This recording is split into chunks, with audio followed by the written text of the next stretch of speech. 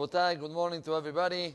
Morning. Today, Gimel Elul, corresponding to September 3rd, 2019.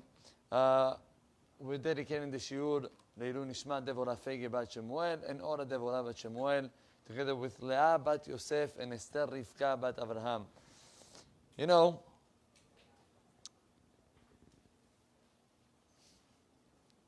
the Torah tells us, very famous midrash. When Am Yisrael got the Torah in Har Sinai, so the midrash writes that HaKadosh Baruch Hu took out the mountain and he told to Am Yisrael, "Im mekablim et Torah, if you're ready to accept the Torah, beauty. V'im lav, sham te'evutchem. But if you're not going to be ready to accept my Torah, you will be buried over there," says the midrash. So the question is, obviously, what's over there? You will be buried over here. If you're putting me the mountain on top of my head, and you tell me if you accept the Torah, great, and if not, I will take it down, that means the Bar Minan, they're going to get buried on the spot. What is Sham Tehek Vuratchem? There are many, many explanations. One of them, just for the record, one of them is that Am Yisrael accept the Torah. Yeah? Really, Borei Olam never put any mountain on top of us. Never happened. What HaKadosh Baruch Hu put the mountain, the concept of putting the mountain is to take out the free choice. Am Yisrael saw the power of HaKadosh Baruch Hu in Har Sinai. They had no choice to say no. Say HaKadosh Baruch Hu, right now you can accept the Torah against your free choice. But Sham, further on, at the times of Mordechai and Esther, Beshushan, when you're going to have a Haman and a Hashverosh trying to kill all Am Yisrael, and I'm going to hide myself, I want you to accept the Torah also over there. And that's why we said, Ha'adar kiblu abimeh Mordechai ve'Esther. Meaning Am Yisrael accepted the Torah shebe'al peh again. But there is a beautiful perush, and that's the main point that I want to touch today. What is Sham Te'ek Vuratchem? Writes Rabbi Galinsky, there is a Yetzer Hara that it's called Sham. Sham. Sham is over there. There is a Yetzer Hara that comes to us every moment and he tells you, listen, I know that you want to change. When you will be, in that place, when you will get to that status, when you will pass the test in college, when you will start your job, when you will get married, when you will have kids. Sham, say Chachamim, the person who live his life hoping that only when I will get there I will change. Te'ek vuratchem, that's a burying. That's bar minan, to lose your opportunity. Unfortunately, we all live like that. Yeah, how many times? Let's remember when we were younger in school. Yeah, once I will finish my, high school, Rabbi, I will come every day. I finished the college. Rabbi, you're going to see me every day. Shahari min Arvit. Shiurim are going to come once a week, whatever, twice a week. I promise you, Rabbi, that when how a guy came up to me, I told him, why are you not getting married? He said, listen, once I will hit I don't know which amount of money he said. Once I will hit it, Rabbi, I'm getting married. I'm still waiting. He's already gone. Unfortunately, this Yetzer Hara attacks us every single day. The Sham. This type of Yetzer Hara. It's amazing how Rashi writes on the Pasuk, ואהבת את השם אלוקיך בכל לבבך ובכל נפשך. Say Rashi, what is בכל לבבך? One of the explanations of Rashi, שלא יהיה לבך חלוק על המקום. That your heart will not be splitted to the makom. Usually makom is God. Makom is place, but at the same time we call God as makom. Why? Because melo kol haaretz kevodo, but Olam is everywhere. It says this rabbi, shelo yeh libcha haluk al makom. Don't start to divide your time. That I will do later, that I will do over there. No. Our job is right now. People think the month of Elul is a preparation for Rosh Hashanah Kippur. Wrong. Who gave us the permission to say that there is a whole month, that the whole goal is just for the next month? There is no such thing. This month is to prepare yourself for this time, for the month of Elul. That's our job. Not to let things pass over, not to let things for later. And he writes that there was a great rabbi. His name was the famous Hafetz Chaim. Hafetz Chaim. The Hafetz Chaim, one time a man came up to him and he told him, Rabbi, listen, mashallah, I have money. No limits. And I'm getting older. I have 6 kids. Rabbi, I'm ready to split my money in 7. And you will get one of those parts. For yeshiva, obviously, Rabbi, no. For sure you're not going to take it for to your pocket, but for yeshiva, for Torah learning. I have only one condition. My condition is, I will give it to you. And after my passing, he said, I want you to learn Mishnayot La'ilui Nishmat. Sounds nice, huh? Fair? The rabbi stood up and he says, get out of here. I said, Rabbi, I'm not saying anything wrong. I mean, Mishnayot, La'ilui Nishmat. Says the rabbi, you're saying 2 things wrong. Number 1, why you have to give the money after you pass away? Why you don't give it now? And second of all, why are you asking from others to learn Mishnayot? Why you don't learn? You're still alive. You still have opportunity every single second that you're alive. Like the famous mashal of this man that was, fixing up the shoe. And he said, like every single second that I still have light, I should work. Why you say, no, I'm too old, I'm too tired, it's not for me. My kids. I love that one. My kids. I will teach my kids, and I will, my kids will learn Torah. My kids. 1 second, what do you think? Your kids are going to be Mashiach?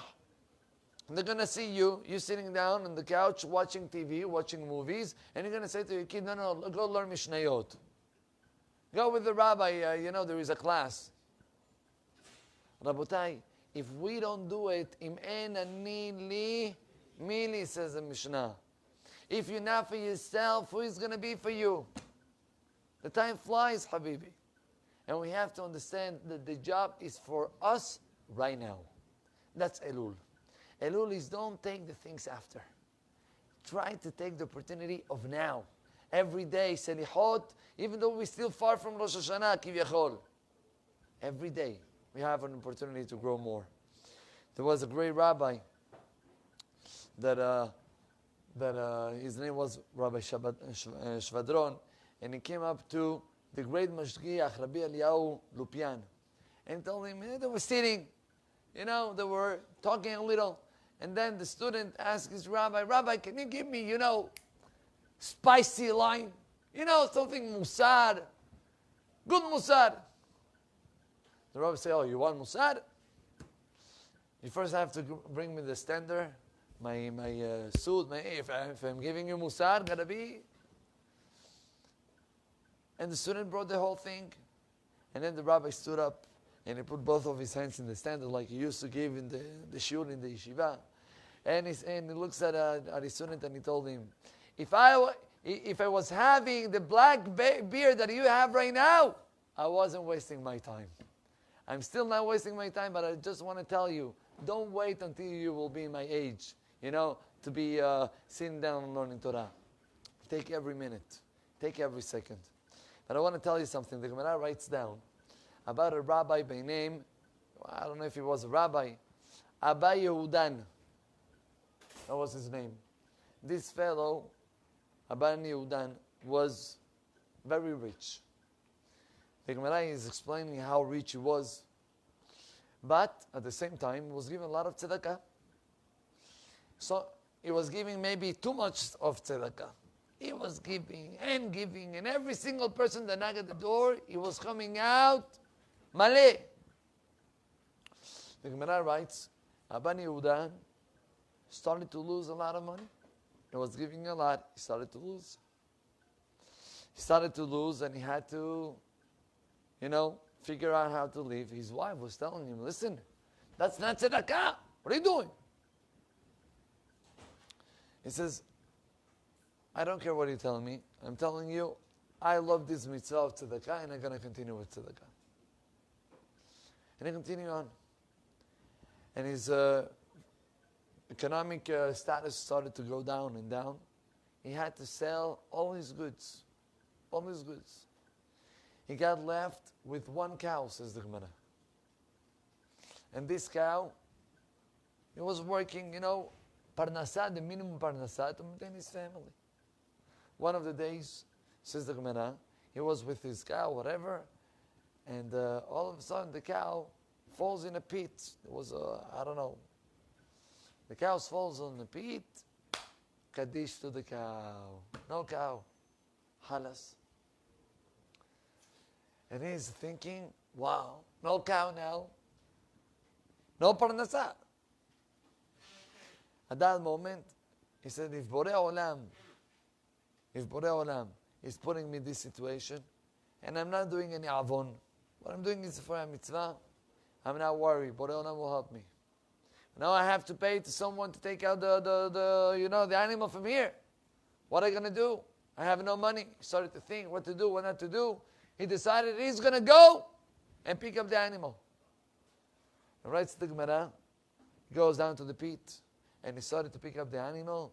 And at that moment he started to see something, shining a little bit on the, what was it? The Gemara writes that it was a whole box of golden coins that he found under that pit. The Gemara writes he was able to rebuy all the goods that he sell and to buy double and triple of the amount that he gained. Says the Gemara. Okay, until here is the Gemara. Now I have a question for you. Rabotai, we know that the reason halakha, a person is not allowed to waste more than a 20% for a mitzvah. Now we're talking about an average person. There are people that, mashallah, they have, 20%, it's like for me giving $1. It's nothing. Yeah, for this type of people, it's different. But a regular average, the halakha writes, you're not allowed to give more than 20%. So why these Jews deserve it, this type of payment? You're going against what the halakha writes. I think the answer is amazing. There is another Gemara. The Gemara writes about Hillel and Shammai. Hillel and Shammai. Shammai, every day, he was buying food. Okay? And whatever he was buying, he was saying, L'chvot Shabbat Kodesh.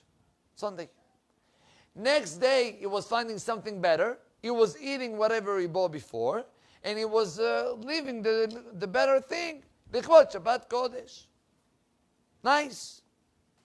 Hillel was the opposite. Hillel was buying and he was eating everything.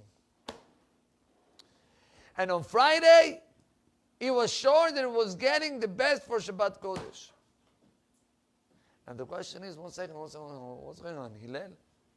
You're not allowed to count on miracles. Who said that he's going to find? Take from now for Shabbat. Who said you're going to find? It's not like our days. You go to Sarah's tent, mashallah, you go to Kesher Kingdom.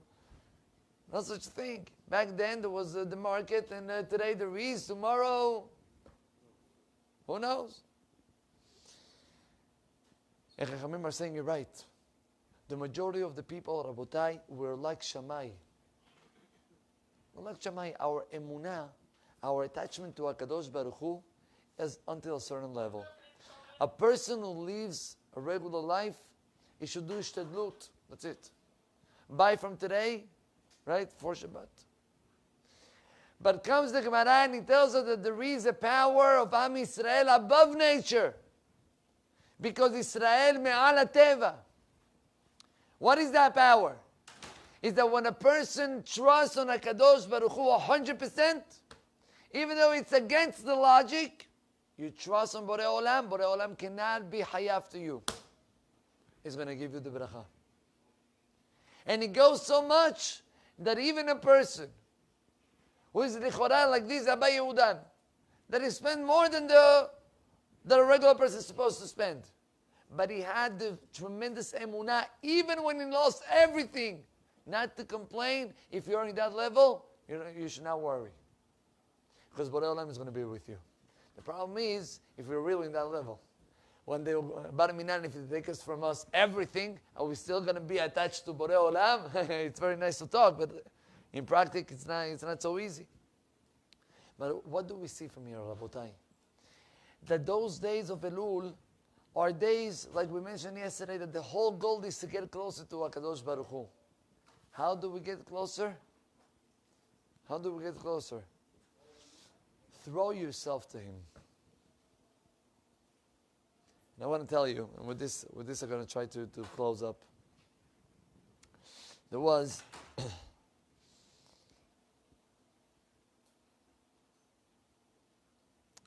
I gave this shiur many years ago, Erev Yom Kippur. They made, very long time ago, they made a religious movie. It's called Ushpizin. Remember the movie? Yeah, Hasra. Yeah. That movie talks about, this guy, about the Shuvah with the etrog, and there is one scenario that the guy feels himself, he comes back and his wife tells him, there is nothing to eat. We have no money for Sukkot. There is nothing. And the guy, and the wife tells him, go outside and pray. Pray! Rabotai, this fellow goes outside and he starts to pray. And you see him, how he starts, more calm, and then he gets more emotional and more emotional. And part of the prayer, he gets to a point, at the end of that, he gets to the point that you hear his voice, Abba, Daddy, help me out, please help. And then you see him shaking, and then just saying a voice. And that's it. Now, movies are not a Torah Mishamayim, don't worry. But the idea that is behind it, it's a very deep idea. The idea is that there is some points that a person cannot express himself. There are some levels that a person cannot just say whatever he feels inside. He wants to get so close to Borei Olam that he doesn't know how to say it.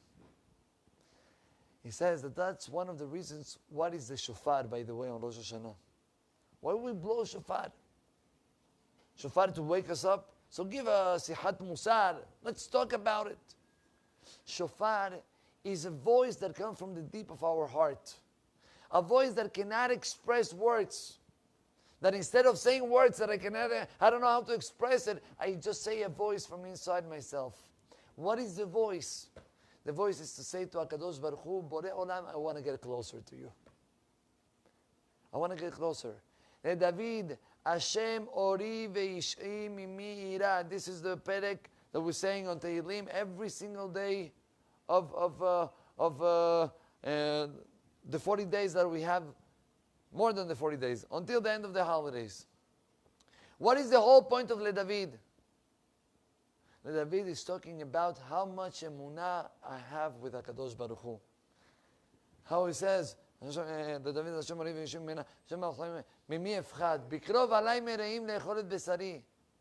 there are so many things that are coming to eat me up.